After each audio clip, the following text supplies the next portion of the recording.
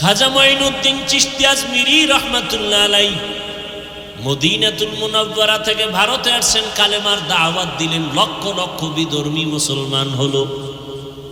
মায়ের সামনে আনন্দ, মা বলে বাবা আনন্দ কেন? বলে লক্ষ লক্ষ বিধর্মী মুসলমান। মা বলে মঈনুদ্দিন এটা সব আমার অবদান, তোমার কিছুই না। মা এই কথা বলা মাত্র মঈনুদ্দিন বলে মা, কারণ মঈনুদ্দিনের মা বলে রে বাবা, আল্লাহর কসম তুই আমার গর্ভে যখন আসছো আমি মা ঘুমাইতাম না, সারা রাত আমার মাওলার কাছে কান্না করে দোয়া করতাম, ও দয়ার মালিক আমার গর্ভের সন্তান তোমার ওলি হিসাবে পাঠাইও। দুনিয়ায় যখন আসছো আমি মা, এই মঈনুদ্দিন তোকে যতদিন দুগ্ধ পান করিয়েছি আল্লাহর কসম এক ফোঁটা দুধও আমি মা তোর মুখে বিনা ওযুতে দিতাম না। যেই মা সন্তানকে বিনা ওযুতে দুধ দেয় না, এই সন্তান জগৎ বিখ্যাত হবে না তো কে হবে? ও যুবক,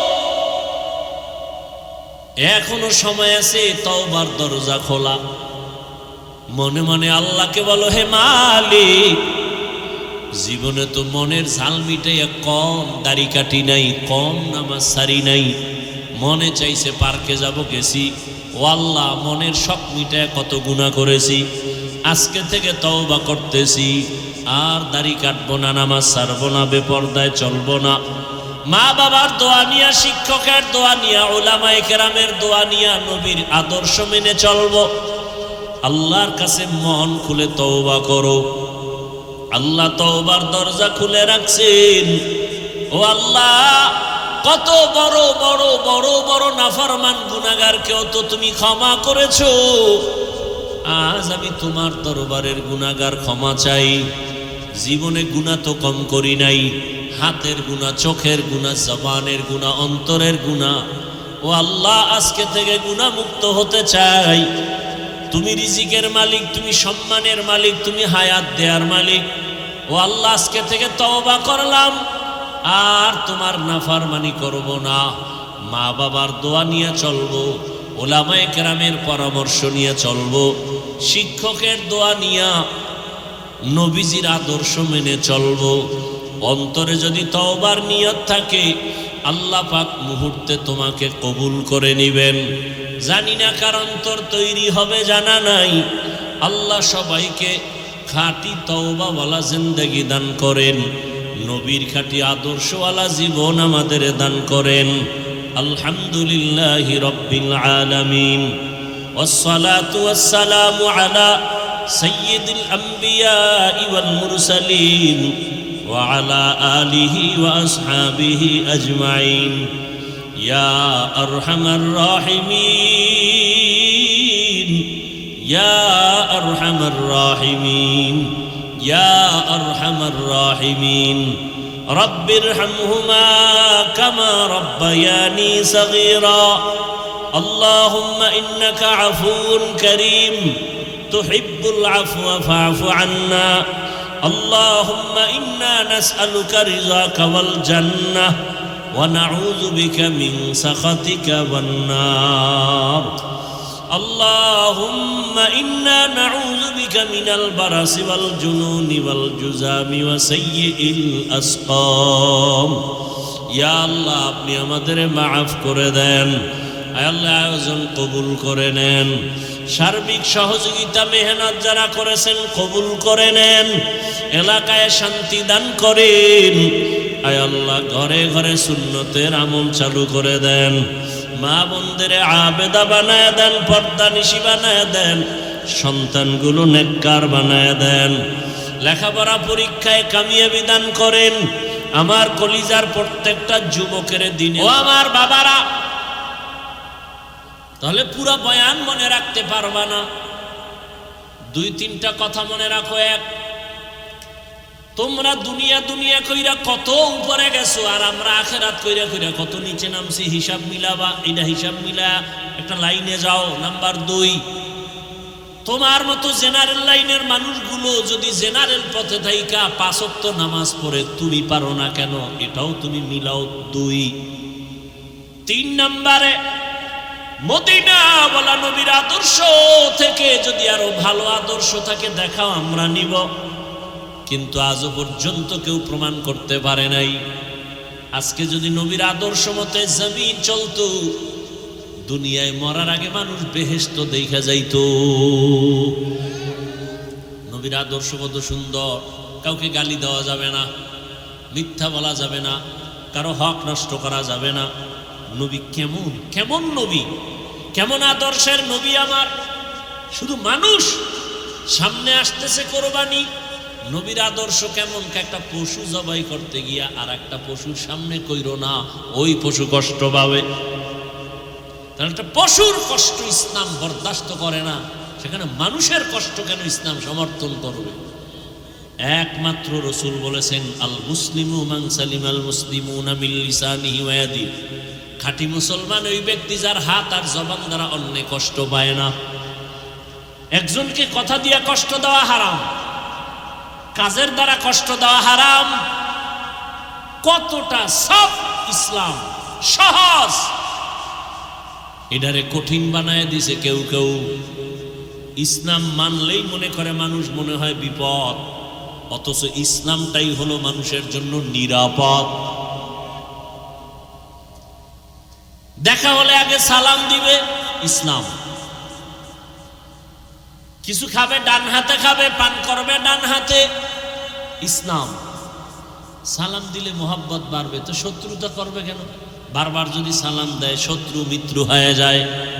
তাহলে ইসলাম মানলে সালাম দিতে হবে, সালাম বাড়লে মোহাব্বত বাড়বে, শত্রুতা আর থাকবে। তখন আর মোবাইলে গোপন হত্যা হবে না।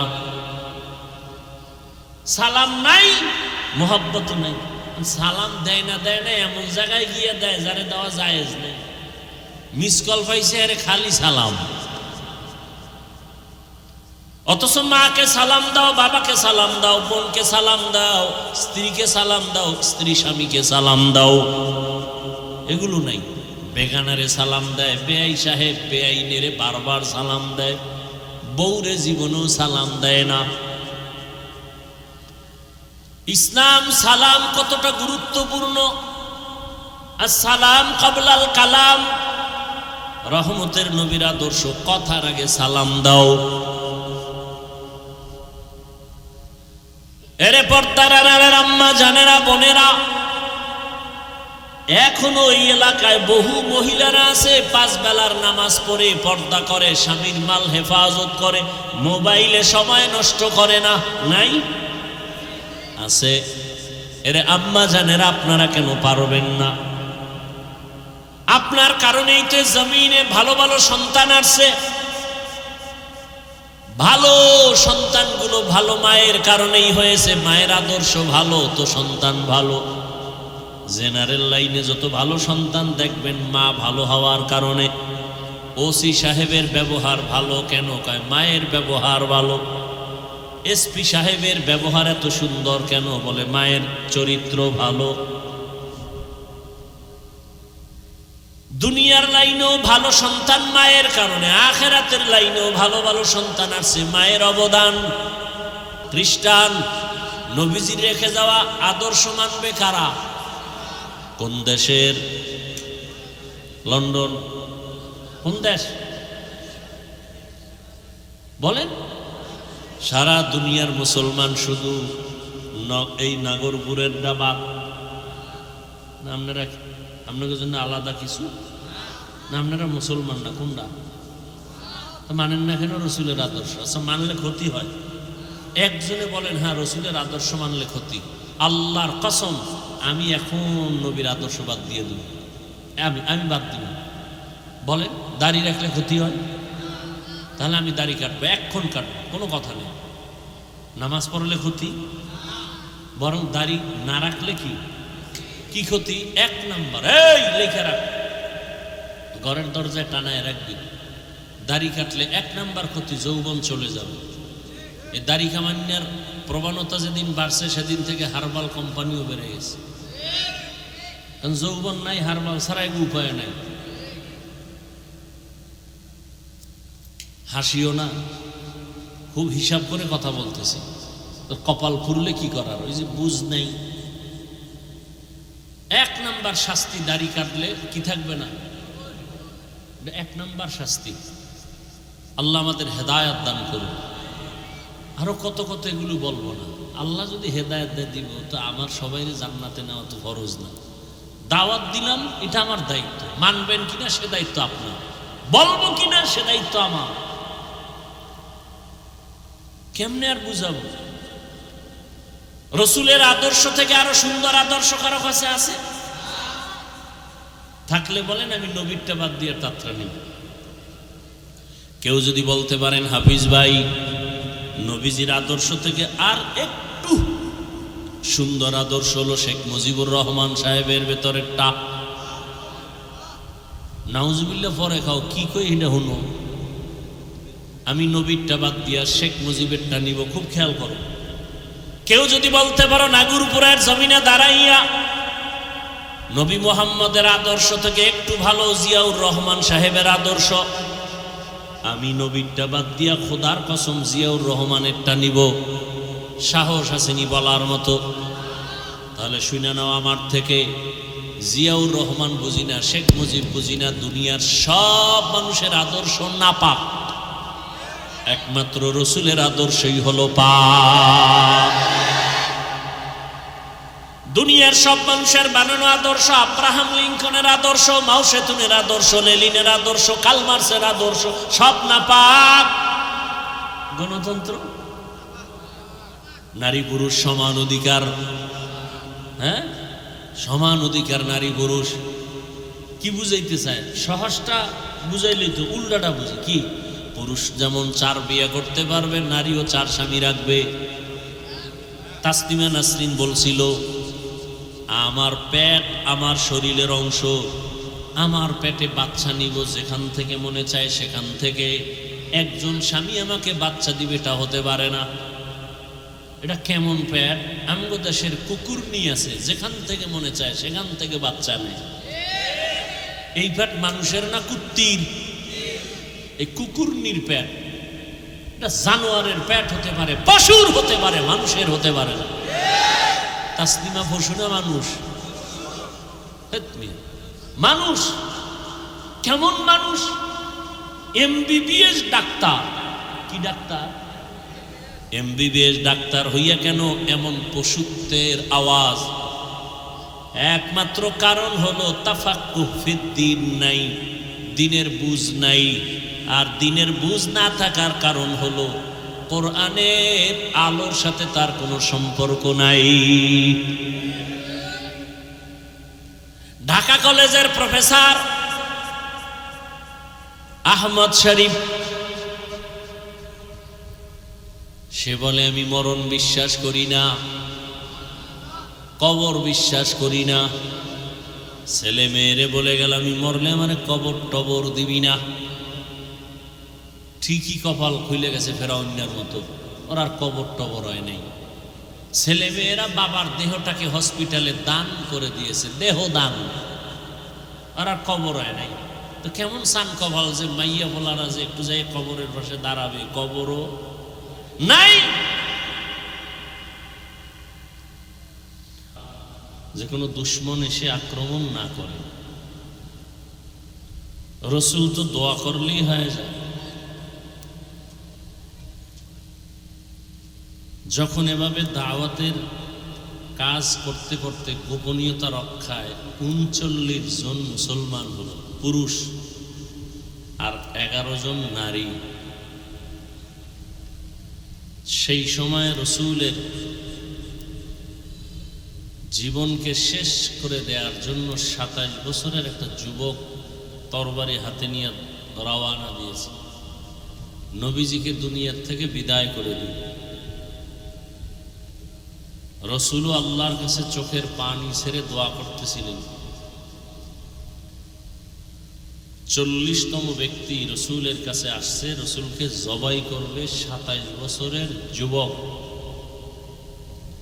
নবীজির কাছে এসে রসুলের জীবন নষ্ট করা তো দূরের কথা, সে তরবারি ফেলে রাসূলের হাতে কালেমা পড়ে এরপরে ইসলামের জন্য আবার হুঙ্কার দিলেন এমনভাবে যে আর গোপনে দাওয়াত চলবে না, দাওয়াত এখন প্রকাশ্যে চলবে।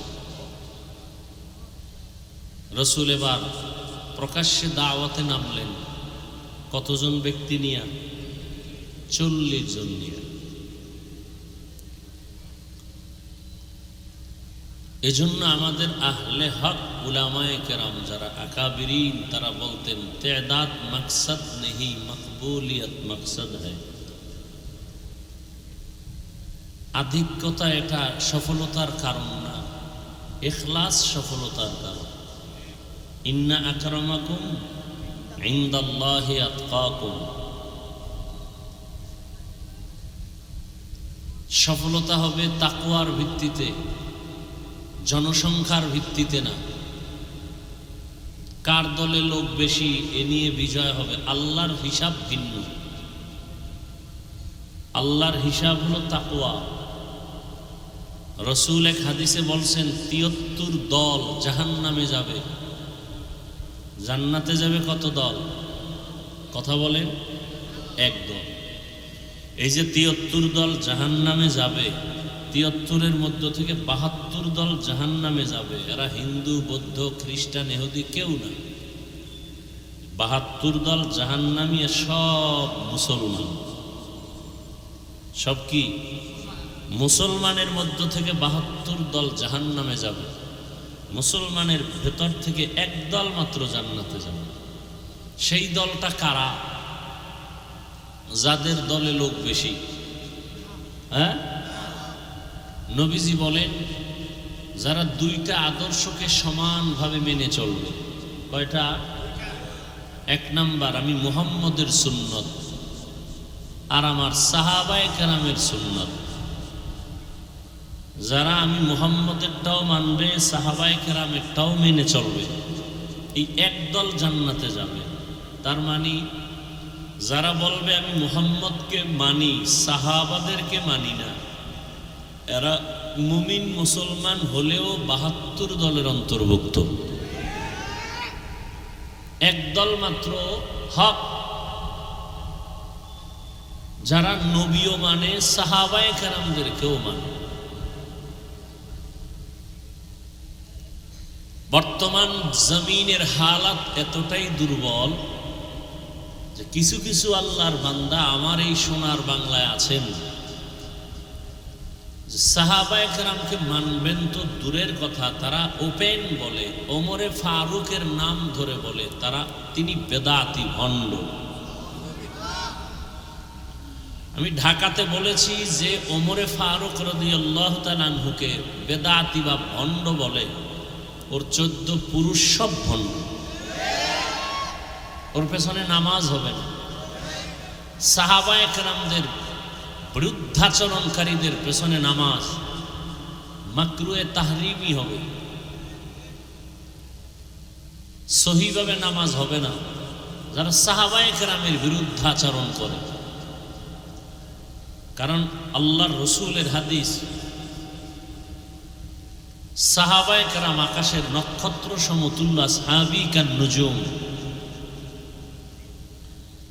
তো যে কথাটা বলতেছিলাম, আধিক্যতাই সফলতার কারণ নয়, সফলতার কারণ ইখলাস, তাকওয়া। আল্লাহ আমাদের বুঝার তৌফিক দান করেন। বয়ান আপনারা শুনবেন, পরিবেশের প্রয়োজন, তারপরও বৃষ্টির মধ্যে আপনারা কষ্টকে উপেক্ষা করে দাঁড়িয়ে আছেন। আল্লাহ পাক আপনাদের এই কষ্টকে হেদায়েতের জরিয়া বানায় দেন। সংক্ষিপ্ত ২-৪টি কথা বলবো। কোরআনে হাকিমের এক টুকরো আয়াত, রসুলের একটি হাদিসের অংশ পড়েছে। আল্লাহ বলেন, ইয়া আইয়ুহাল্লাযীনা আমানুত্তাকুল্লাহা ওয়াল তানজুর নাফসুম মা কদ্দামাত লিগাদ। ও মুমিন, কোনো বেঈমানকে বলেননি, মুমিনকে বলছেন। তোমরা আমি আল্লাহকে ভয় করো, তাকওয়া অর্জন করো, এবং তোমরা খুব গভীরভাবে খেয়াল করো, নজর দাও তোমার সামনের ভবিষ্যৎ স্থায়ী জীবনের জন্য কি সম্বল সঞ্চয় করেছো। ওয়াত্তাকুল্লাহ, আবার আল্লাহ বলেন আমাকে ভয় করো। ইন্নাল্লাহা খাবীরুম বিমা তা'মালুন, নিশ্চিত আমি আল্লাহ তোমার সব খবর অগ্রিম জানি। তোমার সব বিষয়ের খবর কে জানেন? আল্লাহ জানেন। হাদিস পড়েছি, রাসূল বলেন মাইয়ুরিদিল্লাহু বিহি খাইরান ইউফাক্কিহু ফিদ্দীন, আল্লাহ যার কল্যাণ চান তাকে আল্লাহ তাফাক্কুহ ফিদ্দীনের মাকাম দান করেন। একটা হলো তাআল্লুম ফিদ্দীন, আর একটা হলো এই ভাই সাউন্ড ডিস্টার্ব হয় কেন? এতক্ষণ তো যেভাবে ছিল ওভাবে থাক। একটা হলো তাফাক্কুহ ফিদ্দীন, আর একটা হলো তাআল্লুম ফিদ্দীন, অর্থাৎ দিন সম্পর্কে জানা, আর একটা হলো দিন বুঝে মানা। তাআল্লুম ফিদ্দীন আম, তাফাক্কুহ ফিদ্দীন খাস, অর্থাৎ দিন সম্পর্কে জ্ঞান অর্জনকারী বিধর্মীদের মধ্যেও আছে না নেই? কিন্তু দিন সম্পর্কে বুঝে মেনে চলা এটা নেই। যেমন হিন্দুরা ইসলাম সম্পর্কে অনেক জানে, কালেমা পড়ছে, পড়ে না কেন? তাআল্লুম ফিদ্দীন আছে, তাফাক্কুহ ফিদ্দীন নেই। মিথ্যা কথা বলা হারাম আমরা জানি না, জানার পরও আমরা বলি না। বলি কেন?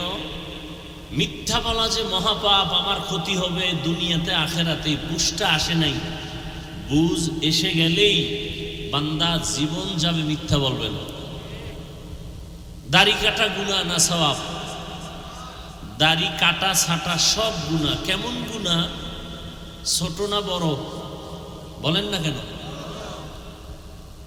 কেমন গুনাহ? 24টা ঘন্টার সেকেন্ডে সেকেন্ডে অল টাইম কবিরা গুনাহ ফেরেশতারা লিখতেই থাকে অনবরত। সে ঘুমায় থাকলেও কবিরা গুনাহ লিখতে থাকে। এটা আমরা জানি, মানি না কেন? যে দাড়ি কাটলে আমার দুনিয়াতেই অনেক ক্ষতি হবে, আখেরাতেও ক্ষতি তো আছেই। এই বুঝটা আসে নাই। বুঝ যখন এসে যাবে তখন জেনারেল লাইনের মানুষটাও দাড়ি রেখে দেবে। জেনারেল লাইনে এরকম দাড়িওয়ালা নাই? এ যুবকরা কও, তোমার মতো যুবক স্কুল কলেজে পড়ে দাড়িওয়ালা নাই? মিথ্যা বলার দরকার নাই, সত্যটাই বলো।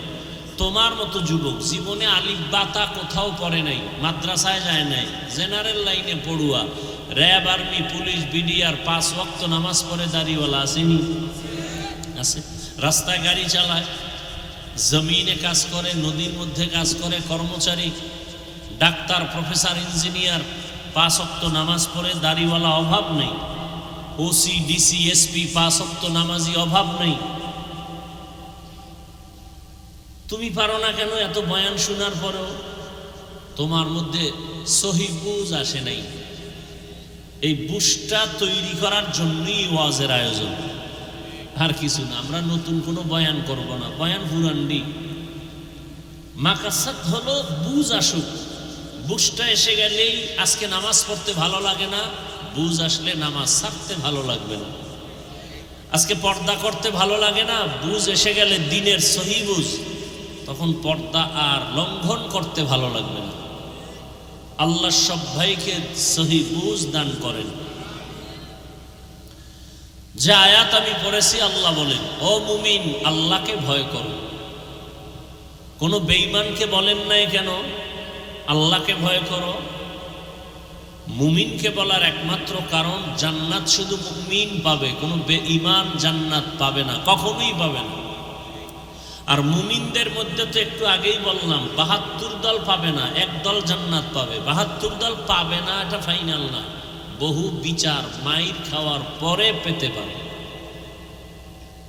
মুমিন জান্নাত পাবে যদি 72 দলেও থাকে, বিচার হওয়ার পরে। আর একদল মুমিন, কোনো বিচার নাই, হিসাব নাই, ডাইরেক্ট জান্নাতে যাবে। ওই মুমিন কারা? যারা নবীও মানে, সাহাবায়ে কেরামদেরকেও মানে। কারণ কেউ যদি কোরআন বুঝতে চায় তাকে অবশ্যই হাদিস অধ্যয়ন না করতে হবে। হাদিস ছাড়া কোরআন বুঝতে পারবে। পরিপূর্ণ হাদিস যদি বুঝতে চায় তাহলে তাকে তৃতীয় আর একটা বিষয়ে তাকে খুব ভেতরে তার অর্জন করতে হবে, সেটা ইজমায়ে সাহাবা, সাহাবায়ে কেরামের ঐক্যমত সম্পর্কে তার জ্ঞান অর্জন করতে হবে। সাহাবায়ে কেরাম ছাড়া হাদিস বুঝবে না, হাদিস ছাড়া কোরআন বুঝবে না। সাহাবায়ে কেরামের ইজমায়ও গিয়া অনেকটা বিপাকে পড়তে হবে। সমাধানের জন্য চতুর্থ স্তম্ভ মুজতাহিদ ইমামগণের কিয়াস। অনেক মাসআলার সমাধান মুজতাহিদ ইমাম ছাড়া সমাধান করতে পারবে না। ইমাম বুখারী মুহাম্মদ ইবনে ইসমাঈল রাহমাতুল্লাহ আলাইহি তিনি একজন মুজতাহিদ ইমাম। ইমাম আহমদ বিন হাম্বল রাহমাতুল্লাহ আলাইহি তিনি একজন মুজতাহিদ ইমাম। ইমাম শাফিঈ রাহমাতুল্লাহ আলাইহি তিনি একজন মুজতাহিদ ইমাম। ইমামে আজম আবু হানিফা রাহমাতুল্লাহ আলাইহি তিনি একজন মুজতাহিদ ইমাম। এদেরকে মানতে হবে। সর্বশেষ কথা, আপনাকে কোরআন আর হাদিস বুঝতে হলে বর্তমান দুনিয়াতে 100 নয়, ওভার 100 উলামায়ে কেরামকে মানতে হবে। যে বলবে আমরা উলামায়ে কেরাম মানি না, আল্লাহর জাত ও সিফাতের কসম, সে কোনোদিন হাদিস কোরআন মানতে পারবে না, কখনোই সম্ভব। অতএব তার ফলাফলটা কি? আমি সারা দেশে বলি ফলাফল এই, যারা বলে আমরা ওলামা মানি না, ওলিয়া উলিয়া মানি না, তারা নিশ্চিত ভণ্ড, বাতেল। এদেরকে যারা বাতেল বলে না তারাও বাতেল। এলো ফলাফল। এখন এগুলো অনেকে বুঝবে না, কেন? দিনের সহি বুঝ নেই। এজন্য বারবার বলা হয় আল্লাহ সহি বুঝ দান করেন। দ্বীনের সহি বুঝ, ইউফাক্কিহু ফিদ্দীন, দ্বীন সম্পর্কে আল্লাহ পাক এমন বুঝ দান করেন যেটা যুক্তি তর্ক ছাড়া মেনে না আল্লাহ বলছেন মেনে নিলাম। আজকে বুঝ না আসার কারণে মহিলা, অল্প জ্ঞানের মানুষ, তারাও কোরআনের ভুল ধরার চিন্তা নিয়ে মাঠে নামছে। কি বলে? নারীদের উপরে আল্লাহর পক্ষ থেকে ইনসাফ হয় নাই। এ কথা বলে এক তাসনিমা জমিন থেকে অন্যদিকে চলে গেল। আর বর্তমান হালাত বড় করুন। আপনারা তো স্লোগান দিচ্ছেন দেশ স্বাধীন হয়েছে, না? দেশ স্বাধীন হয়েছে, স্লোগান দিয়েছে দেশ স্বাধীন। স্বাধীন হওয়ার পর থেকে এ পর্যন্ত আন্দোলন তো কমতেছে না। কি স্বাধীন করলেন? এতদিন নারীরা শুধু দাবি জানাইছে মৌখিক, আজকে তারা মাঠে নামছে, মিছিল করতেছে। আমাদের দেশের তৃতীয় লিঙ্গের হিজড়ারা, ভিন্ন নারীরা সব এক ময়দানে আসছে। কে যেন তাদেরকে ইঙ্গিত করেছে, মাঠে নামো, আন্দোলন চালাও, দাবি পূরণের 95% রেডি হয়ে যাবে। ইশারা না পেয়ে নামছে। কথা বলেন না কেন? এই স্বাধীন করছেন। একজনে লেখছে যে আমরা কুকুরের মুখ থেকে বাঁচতে গিয়া বাঘের মুখে ঢুকে পড়েছি। কি? ভারতের আগ্রাসন থেকে এখন আমেরিকার আগ্রাসনের উপরে আমরা ঢুকে পড়ছি। ঈমান নিয়ে যারা বাঁচতে চান তাদের অনেক মাইর খাওয়া লাগবে, সেজন্য রেডি থাকেন। আর যারা নামে মুসলমান, গাঞ্জাও খাইবেন, মদও পান করবেন, মায়েরও মারবেন, বাবারও মারবেন, আলেমরে মারবেন, মুরব্বী আলেমদের সাথে বেয়াদবি করবেন, আপনাদের কোনো টেনশন নাই। আপনারা মরার আগে জাহান্নাম দেখে যেতে পারবেন। আর যারা না জান্নাতি পাবো, মৃত্যু তো হবেই, কুত্তাও মরে, শুকরও মরে, আমি মানুষ হয়ে মরব। তাহলে আপনাকে বহু ঘাত প্রতিঘাত সহ্য করতে হবে। কিসের স্বাধীন, কত রক্ত যাবে আরো ইসলাম যদি চান। এক তো হলো বেঈমানদের থেকে এক ধাক্কা, আবার আমাদের পরস্পরে কিছু মুনাফিক মাঝখানে বসে বসে আমার কানে এক কথা, ভাইয়ের কানে এক কথা, যেন আমরা এক জায়গায় বসতে না পারি। হুজুরেরা এক হয়, আবার ঘুমের থেকে ওইটা কেমন কেমন ভাব, কেউ কয় স্বপ্নের মধ্যে কে যেন কি বলতেছে।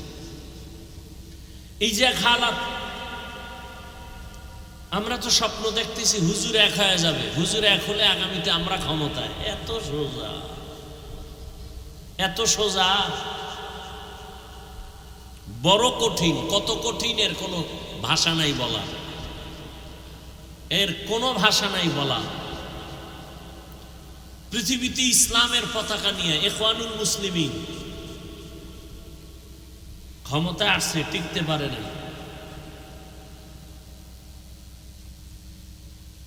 বড় কঠিন থেকে কঠিন। আপনি মনে করেন বাংলাদেশ ইসলাম কায়েম হয়েছে, কি কায়েম হয়েছে? আপনারা যে এখানে এত মানুষ বৃষ্টির মধ্যে, ফজর নাই, জোহর নাই, আসর নাই, মাগরিব নাই, এশা নাই, বয়ান শুনতে আসছেন, নামাজের চিন্তা নেই। অথচ রসুল বলছেন মুমিন বেঈমানের মাঝে প্রাচীর হলো নামাজ। বাইনাল আবদি ওয়া বাইনাল কুফরি তারকুস সালাহ। যে মুমিন সে নামাজ পড়ে, যে বেঈমান সে নামাজ পড়ে না। এই হলো আমাদের ইমানের হালাত। আল্লাহ হেদায়াত দান করুন।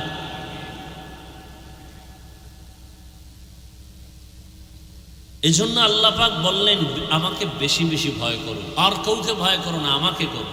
আজকে যদি আমরা আল্লাহকে ভয় করি, নাস্তিক বেঈমান সব আমাদেরকে ভয় করবে। দেখেন, শুধু মানুষ না, বাঘ ভয় করে। এমন মানুষও জমিনে ছিল যে মানুষটাকে কে ভয় করে? বাঘ।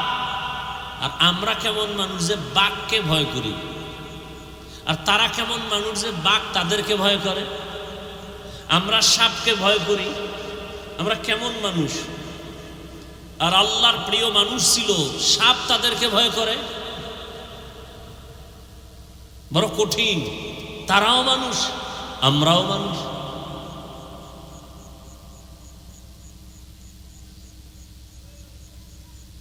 এগুলো আসছে শুধু আল্লাহর ভয় অন্তরে আসার কারণে। আল্লাহর ভয়ের নাম তাকওয়া।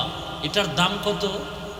রসুলের কোনো গুনাহ নাই, সেই রসুলকে আল্লাহ বলেন নবী আপনি আমাকে ভয় করেন।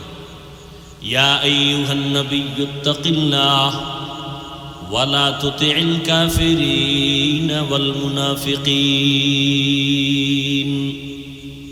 হে নবী, আমি আল্লাহকে আপনি ভয় করেন, কাফের মুনাফিকের অনুসরণ করবেন না। নবীকে আল্লাহ বলতেছেন ভয় করার জন্য। এখন আমি যদি আপনাদের জিজ্ঞাসা করি আপনারা কি আল্লাহকে ভয় করেন, আমার থেকে আরো হাই আওয়াজ দিয়ে সবাই বলবে হ্যাঁ আমরা অবশ্যই আল্লাহকে ভয় করি। অথচ এমন মুমিন আছেন আল্লাহকে ভয় করিয়া করে বলেন আল্লাহকে ভয় করি, অথচ সুদের সাথে জড়িত। আল্লাহকে ভয় করেন, মিথ্যা বলেন। আল্লাহকে ভয় করেন, দোকানের মধ্যে লোন ছাড়া ব্যবসা চলে না। আমি 5 বেলার নামাজ পড়ি, আল্লাহকে ভয় করি। আপনি নামাজ বাদ দিয়া বলেন আল্লাহকে ভয় করি। আমি দাড়ি লম্বা করে বলি আমি আল্লাহকে ভয় করি। আপনি দাড়ি বাদ দিয়া বলেন আল্লাহকে ভয় করি। আমি 5 ওয়াক্ত নামাজ ঠিক মতো আদায় করে বলি আল্লাহকে ভয় করি। আপনি নামাজ না পড়ে বলেন আল্লাহকে ভয় করি। আমি হালাল খানা খাইয়া বলি আল্লাহকে ভয় করি। আপনি হালাল বাদ দিয়া চলেন আর বলেন আল্লাহকে ভয় করি। 2 ভয় কি সমান? মূলত আপনি ভয়ই করেন না। ভয় কি জিনিস? বলে একটা সন্তান মা বাবাকে ভয় করে। প্রমাণ? বলে মা বাবার সামনে একটা সন্তান অন্যায় করে না কেন? বলে শাস্তির ভয়। একটা ছাত্র শিক্ষকের ভয় করে। প্রমাণ? বলে শিক্ষকের সামনে ছাত্র অন্যায় করে না, শাস্তির ভয়। ঠিক এই জমিনে যেই মানুষ আমার আল্লাহকে আসলেই ভয় করবেন, ওই বান্দা গলায় ছুরি লাগাবে, দাড়ির মধ্যে অস্ত্র লাগাবে না। তাহলে বোঝা গেল আসলে ভয় আপনার আমার মধ্যে নাই। আর এই ভয়টা নাই, আবার মায়ের গর্ভ থেকে ভয় আনা যাবে না। ভয়টা অর্জন করতে হবে অন্যের থেকে। বলে কার থেকে অর্জন করব? লিকুল্লি শাইইন মাদিনুন ওয়া মাদিনুত তাকওয়া কুলুবুল আরিফিন। ভালো ভালো জিনিস রাখার গোডাউন আছে, তাকওয়ার গোডাউন হলো আল্লাহর প্রিয় বান্দাদের কলব। তাদের নজর লাগাও, নজর আসলেই তোমার কলবের মধ্যে তাকওয়ার পাওয়ার আসতে থাকবে। قال رسول الله صلى الله عليه وآله وسلم اتقوا فراسة المؤمن فإنه ينظر بنور الله। আল্লাহর প্রিয় বান্দাদের ফেরাসতের পাওয়ার, এটাকে তোমরা ভয় করো। কারণ তারা অনেক কিছু দেখে, তুমি দেখো না। তারা কেমনে দেখে? চামড়ার চোখে বলে না।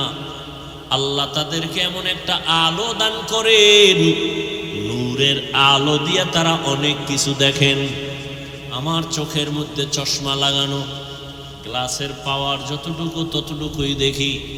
এমনও পাওয়ারওয়ালা ক্যামেরা আছে, গ্লাসের পাওয়ার এত বেশি 1000 মাইল দূর থেকেও সব স্পষ্ট দেখা যায়নি। কথা বলো না, যায়। কলব, আমাদের ভেতরে একটা কলব আছে। এই কলবটা এমন, এর পাওয়ার কমে আর বাড়ে। আলা ইন্না ফিল জাসাদি মুদগাহ ইযা সালুহাত সালুহাল জাসাদু কুল্লু ওয়া ইযা ফাসাদাত ফাসাদাল জাসাদু কুল্লু আলা ওয়া হিয়াল কলব। রহমতের নবী বলেন, মানুষের মধ্যে যে কলব আছে এটা গোশতের একটা টুকরা। এই টুকরাটা ভালো থাকলে পুরা বডি ভালো, ভেতর বাহির ভালো। আর এই টুকরা যখন খারাপ হয়ে যায়, ভেতর বাহির পুরাটা খারাপ। ওই টুকরার নাম কলব। রহমতের নবী বলেন, মা মিন মাউলুদিন ইল্লা ইউলাদু আলাল ফিতরাহ। জমিনে যখন কোনো সন্তান আসে, তার কলবটা থাকে আয়নার মতো স্বচ্ছ। ফাআবাওয়াহু ইউহাব্বিদানিহি আও ইউনাসসিরানিহি আও ইউমাজ্জিসানিহি ইলা আখিরিল হাদিস। নবী বলেন, মা বাবা ওই সন্তানের অন্তরটাকে নষ্ট বানায়, মূর্তি পূজারি বানায় মা বাপ, অগ্নি পূজারি বানায়, গায়রুল্লাহর গোলাম বানায় মা বাবা। অন্য হাদিসে রহমতের নবী বলেন, মানুষ যখন একটা অন্যায় করে, গুনাহ করে, ওই টুকরাটার মধ্যে একটা কালো দাগ পড়ে, আর একটা গুনাহ করে আর একটা দাগ পড়ে, আবার গুনাহ করে আবার দাগ পড়ে। কালো দাগ পড়তে পড়তে কলবটা কালো পর্দায় আবৃত হয়ে যায়। তখন আর সামনে কিছুই দেখে না। তখন ভালোটারও খারাপ বলে। টুপি মাথায় দেওয়া ভালো, নামাজ ভালো, রোজা ভালো, সব ভালো, বান্দা এর পরে খারাপ। এই যে বৃষ্টি চলে, যারা টিনের ঘরে ঘুমায়, কি মজার আওয়াজ।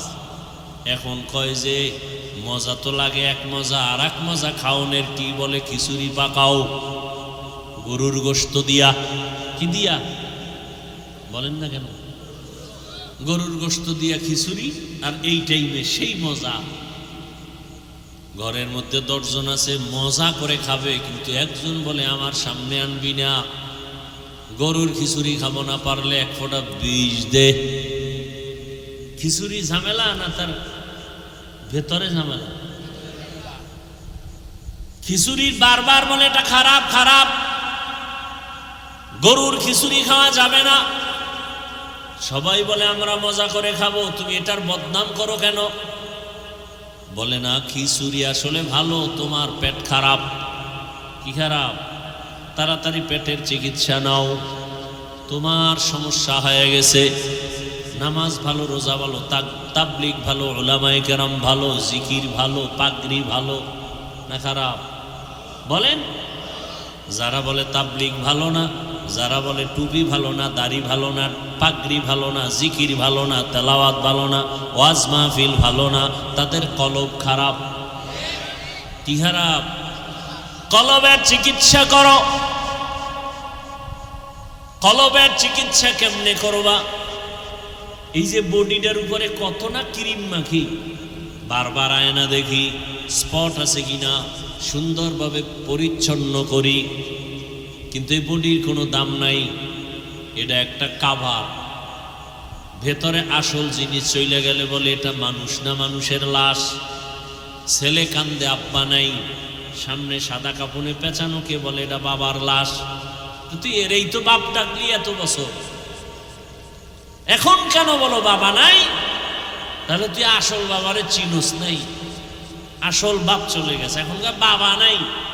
তুই দেহটা পড়ে আছে বলে এটা বাবার লাশ, তাহলে তুই দেহটাকেই তো আব্বা কয়ে ডাকলি, এখনো তো সে আকৃতির দেহটা আছে, এখন কেন বলো বাবা নাই? তাহলে আসল বাবাকে চিনুই নাই।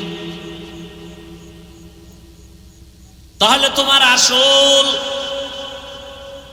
চেহারাটা, তোমার এই চেহারার দাম নাই, পোকায় খেয়ে ফেলবে চেহারা, কিন্তু তোমার ভেতরে আসল জিনিস, ওটার কয়দিন তুমি পরিষ্কার করছো? দেহটায় ময়লা লাগছে, সাবান লাগাও, না হয় মানুষ খারাপ বলবে। শরীরের কাপড়ে ময়লা, সাবান লাগাও। কলবের মধ্যে গুনার ময়লা লাগছে, কয়দিন তুমি পরিষ্কারের চিন্তা করেছো? তোমার কলবের ভেতরে অহংকারের ময়লা, তোমার কলবের ভেতরে হিংসার ময়লা। নিজেরে বড় মনে করো, অন্যকে ছোট মনে করো, অন্যের ভালো পছন্দ করো না। নিজের ছেলে লেখাপড়া করে না এ নিয়ে ভাবো না, অন্যের ছেলে পাশ করলো, নাম্বার বেশি পেলো, মাথা গরম। আছে না নাই? কলবের ভেতরে তোমার হিংসার ময়লা, অহংকারের ময়লা, কলবের ভেতরে কিবিরের ময়লা, অহংকার, আমি ভালো, আমার সব ভালো। এই ময়লা সাফ করো। এই ময়লা সাফ করার জন্য হসপিটালে যাও, অপারেশন করো। এই ময়লা সাফ করার হসপিটাল হলো উলামায়ে আহলে হকের মজলিস। قال رسول الله صلى الله عليه وآله وسلم عليك بمجالسة العلماء واسمع كلام الحكماء فإن الله لا يحيي القلب الميت بنور الحكمة كما يحيي الأرض الميتة بوابل المطر। লুকমান হাকিম তার সন্তানকে উপদেশ দিতেছেন, রহমতের নবী সেই কথাটা সাহাবায়ে কেরামদেরকে রিপিট করতেছেন।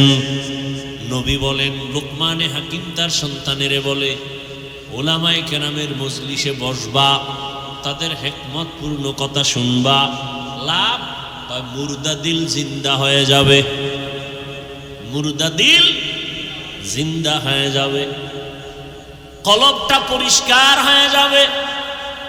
আগুনের কাছে গেলে তোমার শরীরে আগুন না নিলেও গরম ভাব আসবে।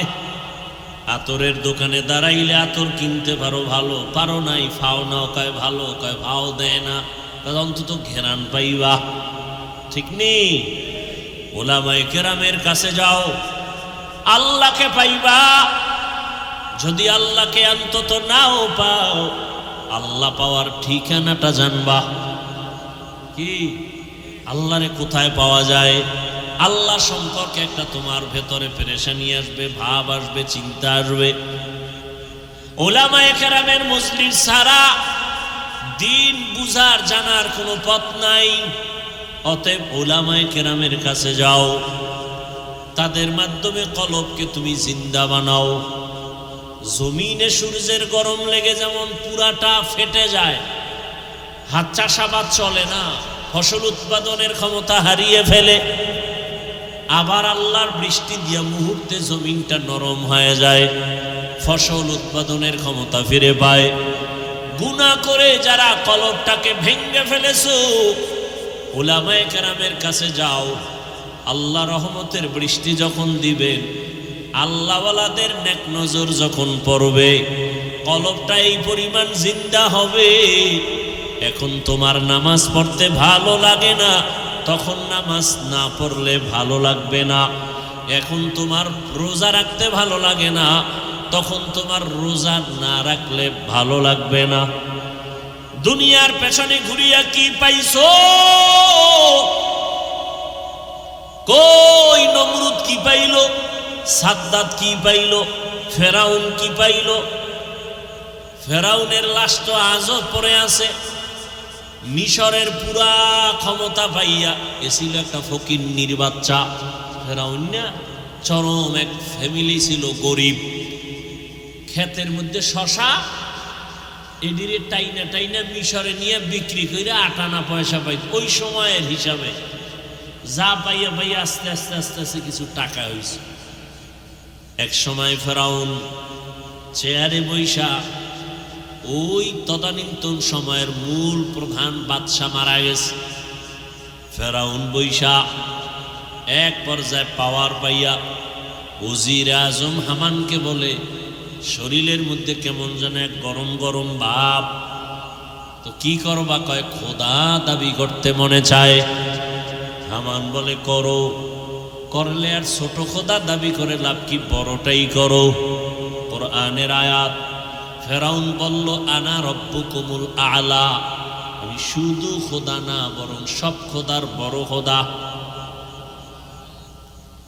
সেই ফেরাউন মাটি গ্রহণ করে নাই, আজও জমিনের মধ্যে আছে। কই গাদ্দাফি, কই সাদ্দাম, চোখের সামনের গুলো বলতেছে, কই চোখের সামনে সব শেষ। আমেরিকার বুশ কোথায় গেল? চোখের সামনে যমুনা গ্রুপের মালিক কই গেল? মহামারী করোনায় আক্রান্ত হয়ে গেল। ডাক্তারকে বলে কত হাজার কোটি টাকা চাও, স্পেশাল ফ্লাইটে আমাকে সিঙ্গাপুরে নাও। টাকা দিতে চাইলো, কিন্তু কেউ দেহর মধ্যে রুহুটা ফিরায় দিতে আর পারলো না। সাদা কাপনের প্যাকেট হয়ে চলে গেল। কই বিল্ডিংওয়ালা? বিল্ডিং পড়ে আছে, বিল্ডিংওয়ালা নাই। তো দুনিয়া দুনিয়া যারা করো, কত যুবক চোখের সামনে হঠাৎ বলে বুকে ব্যথা, ধইরা দেখে নাই। এক যুবক সন্তান এলাকায় সবাই তারে ভালো জানে, সিঙ্গাপুরে যাবে, ভিসাও হইছে, কয়েক মাসের মধ্যেই চলে যাবে, ফ্লাইট আসবে, ভিসা হয়ে গেছে। আদরের সন্তান, কয়েকদিন আগের ঘটনা। সকাল 8টা-9টায় বলে আম্মু আমি একটু দোকানে যাই। কেন? বলে আমার বন্ধু ডাকছে, একটু চা পান করবে, একটু চা খাই আসি। তো মোটর বাইক নিয়ে রওনা হয়েছে। এমনভাবে অ্যাক্সিডেন্ট হয়ে গেল, জায়গায় শেষ। সিঙ্গাপুরের ভিসাও রেডি, কিন্তু কবরের ভিসা যা আছে কে জানে। বন্ধুর সাথে আর দেখাও হলো না। কি পরিমাণ যুবক বাইক অ্যাক্সিডেন্টে মরে যায়, ওটি তো আর বুড়ারা উঠে না। ওই মরণস্ত্র যুবকদের বাইক চালায় যারা, এটা একটা নতুন মরণস্ত্র। এটা হলো ডাইরেক্ট, আর ইনডাইরেক্ট মরণস্ত্রের নাম মোবাইল। এটা তোমার ডাইরেক্ট মারবে না, আস্তে আস্তে কিডনি খাবে, হার্ট দুর্বল করবে, ব্রেন দুর্বল করবে। এই মোবাইলে চোখের পাওয়ার নষ্ট করে। এ বানায় বলতেছি, লজ্জা শরম না থাকলে কি করা? সারা রাত এই মোবাইলটা নিয়ে যারা চোখের জেনা করে, কানের জেনা, হাতের জেনা, জবানের জেনা, অন্তরের জেনা করে সারা রাত, এরে কি বয়ান দিলে বুঝে আসবে? বুঝে আসে না। ওই যে শুরুতেই বলছিলাম, বুঝ নাই। যেদিন বুঝ আসবে তখন আফসোস করলেও লাভ হবে না। তোমার কিডনি ড্যামেজ করে দিল, খবর নাই। হার্ট দুর্বল করে দিল, খবর নাই। চোখের পাওয়ার দুর্বল করলো, খবর নাই। এই একটা মোবাইলে লেখাপড়া নষ্ট করলো, খবর নাই। মায়ের সাথে তোমার সাথে বেয়াদবি শিখাই দিল মোবাইলে, খবর নাই। মোবাইলকে ঠিক রাখতে গিয়ে কত সন্তান মায়ের সাথে বেয়াদবি করেছে। মোবাইলকে কেন্দ্র করে কত সন্তান বাবার সাথে বেয়াদবি, এই মোবাইলকে কেন্দ্র করে কত ছাত্র শিক্ষকের সাথে বেয়াদবি, কত সন্তান মুরব্বীর সাথে আলেমের সাথে বেয়াদবি। এক মোবাইলের কারণে লেখাপড়া নাই, চরিত্র নাই, শরীর শেষ, জীবন শেষ, যৌবন শেষ। আছে একটা মূর্তির মতো দেহ, রুহটা চলে গেলে দেহটাও শেষ। তাহলে এটা হলো ইনডাইরেক্ট মরণস্ত্র। আর ডাইরেক্ট যুবকের মরণস্ত্রর নাম কি? দাবি দয়া ছাইরা মায়ে বাবার থেকে আগেই ছাড়াই নিস। যারা মোবাইল চালাও 24 ঘন্টা পাগলের মতো, কখন যে হঠাৎ করে স্ট্রোক করে মরে যাবি বলা যায় না। বিদায় নিয়ে আনিস মা বাবার থেকে আগের থেকে। আর যত মনে চায় আকাম করে আনে, কখন চলে যাবি তোর টিকিট নেই। মনের খাহেশ মিটাইয়া কর, যেন আর কোনো খাহেশ না থাকে, আফসুস না থাকে যে এটা পারলাম না।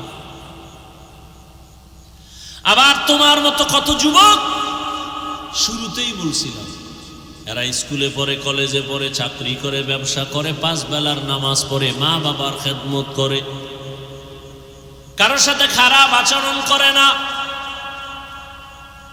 এক বেলার নামাজও বাদ দেয় না। বহু যুবক আছে, একটু নিজেরে বুঝাইও তুমি কেন পারো না। কোনো ওয়াজের দরকার নাই, এই কথাটাই তোমার বিবেকরে তুমি একটু ধাক্কা দিও। এই বিবেক, আমার মতো যুবক স্কুলে পড়ে নামাজ পড়লে আমি পারি না কেন? আমার মতো জেনারেল লাইনের ছেলেটা যদি কলেজে পড়ে নামাজ পড়ে আমি পারি না কেন? আমার মতো যদি জেনারেল সন্তানটা চাকরি করে নামাজ পড়ে আমি কেন পারি না? ব্যবসা করে নামাজ পড়ে আমি কেন পারি না? আমার মতো জেনারেল লাইনের সন্তান কৃষি কাজ করে নামাজ পড়ে আমি কেন পারি না? শ্রমিকের কাজ করে নামাজ পড়ে আমি কেন পারি না? আমার কপাল বুঝি খারাপ? এই জন্য সারা বাংলাদেশে ঘুরে ঘুরে বলি, যুবক বাবারা, স্কুলে পড়ো, কলেজে পড়ো, চাকরি করো, ব্যবসা করো, বাধা নাই। তুমি ডাক্তার হও, ইঞ্জিনিয়ার হও, প্রফেসর হও, তুমি একজন ওসি, ডিসি, এসপি হও, সাংবাদিক হও, তবে দাবি আমার একটা, বেয়াদব হইও না রে বাবা। বেয়াদব হইও না কথার ব্যাখ্যা, 3 জায়গায় বেয়াদবি করবা না, করলে ঘুমের ভিতরে মরণ, পঙ্গু হয়ে মরবি। এক, মা বাবার সাথে বেয়াদবি করবা না, কারণ মা বাবার বরদোয়া লাগলে মরার আগে পঙ্গু, মরার পরে না আগে। খুব সাবধান। 2, শিক্ষকের সাথে বেয়াদবি করবা না, কারণ তুমি আজকে মানুষ হওয়ার পেছনে মা বাবার চোখের পানি, শিক্ষকের অবদান অস্বীকার করার কোনো সুযোগ নাই। 3, তুমি উলামায়ে কেরাম, মুরব্বীদের সাথে বেয়াদবি করবা না। এবং এ কথাটাও লিখে রাখবা, কোনো মা বাবা সন্তানকে বরদোয়া করে না, কোনো শিক্ষক ছাত্রকে বরদোয়া দেয় না, কোনো আলেম উম্মতকে বরদোয়া দেয় না। তবে বরদোয়া করা লাগে না, অন্তর থেকে এসে যায়। মা বাবায় তোমার আচরণে কষ্ট পাইয়ে যদি বলে, আহ এটাই তোর জন্য কাল, এই নিঃশ্বাসটাই তোর জন্য শেষ, ধ্বংসের কারণ। শিক্ষক তোমার আচরণে কষ্ট পেয়ে যদি নিঃশ্বাস ফেলে, তোমার লেখাপড়া ধ্বংসের জন্য নিঃশ্বাসটাই যথেষ্ট। উলামায়ে কেরাম যদি কষ্ট পেয়ে নিঃশ্বাস ফেলে, তোর চরিত্র ধ্বংসের জন্য নিঃশ্বাসটাই যথেষ্ট। মানুষের জীবনের সব থেকে অমূল্য সম্পদ হলো চরিত্র। আর একটা অমূল্য সম্পদের নাম সুস্থ জীবন। এই দোনোটা নষ্ট করে মোবাইল। চরিত্র নষ্ট করে মোবাইল, সুস্থতাও নষ্ট করে মোবাইল। সংক্ষেপে 1 মিনিটে একটা উদাহরণ দিয়ে শেষ করি। আল্লাহর দেওয়া মানুষের সুস্থতার জন্য আল্লাহ দিয়েছেন অমূল্য একটা সম্পদ, ফ্রি রাতের ঘুম। সারাদিন তুমি ঘুমাইলেও রাতের 1 ঘন্টা ঘুমের বরকত হবে না। সেই রাতের ঘুম শরীরের ঔষধ, তাও কিন্তু প্রথম রাতের অংশের ঘুম ঔষধ না, রাতের শেষ অংশের ঘুম ঔষধ না, মধ্যখানের ঘুম। কোন ঘুম? রাতের মধ্যখান সময়ের ঘুম শরীরের মহা ঔষধ। আর সেই ঘুমটাকে নষ্ট করো মোবাইল দিয়ে, অনায়াসে অসুস্থ হয়ে যাবা, টের পাও না কেন? বয়স বাড়বে তখন সব টের পাইবা, অকাল মরণ হবে, অকাল। ইয়া আইয়ুহাল্লাযীনা আমানুত্তাকুল্লাহা ওয়াল তানজুর নাফসুম মা কদ্দামাত লিগাদিন ওয়াত্তাকুল্লাহ। তোমার এই জীবনের কোনো মূল্য নাই, তোমার আসল একটা জীবন আছে, পরকাল জীবন। আজকে কাজী নজরুল, কবি নজরুল নাই, সারা দেশের মানুষ কবি নজরুলের গুণগান গায়নি। কথা বলেন না কেন? কবি নজরুলের কবিতা বলে, তৃপ্তি অর্জন করে, জানে না সে নজরুলের চেহারাটা কেমন, জানে না সে নজরুলের শিক্ষক কারা, জানে না সে নজরুলের বাপমা কারা। মরিয়া গেল সে নজরুল সবার হৃদয় আছে অমর হয়ে। কথা ঠিক? তুমি মরলে স্মরণ করবে তোমার মা বাবা কি বলে, মনে মনে বলবে একটা মুসিবত দূর হয়ে গেছে, ওর কারণে কত জায়গায় লজ্জায় মুখ দেখাইতে পারতাম না, ওর চরিত্র এত খারাপ। মরিয়াও অমর যদি হতে চাও, এ দুনিয়া ছেড়ে দাও, আখিরাতের সামনের জীবন তুমি অর্জন করো। তোমার আসল জীবন পরকালের জীবন। এই আমরা যারা দুনিয়া দুনিয়া বাদ দিয়া চেষ্টা করি আখেরাত আখেরাত, এই চিন্তায় নামাজ পড়লাম, দাড়ি রাখলাম, টুপি পরলাম, জিকির করি, তেলাওয়াত করি, পর্দা করি, হালাল খাই, বলো তো আমাদের থেকে সম্মান কমে গেছে?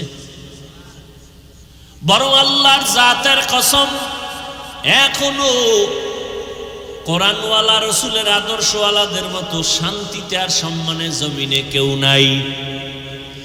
আর যারা আখিরাত বাদ দিয়া শুধু দুনিয়া দুনিয়া দুনিয়া দুনিয়া করে পাগলের মতো ঘুরছে, আজকে তারা দুনিয়াও পেল না, আখিরাত তো পাবেই না। কই দুনিয়া? কিচ্ছু নাই, শেষ।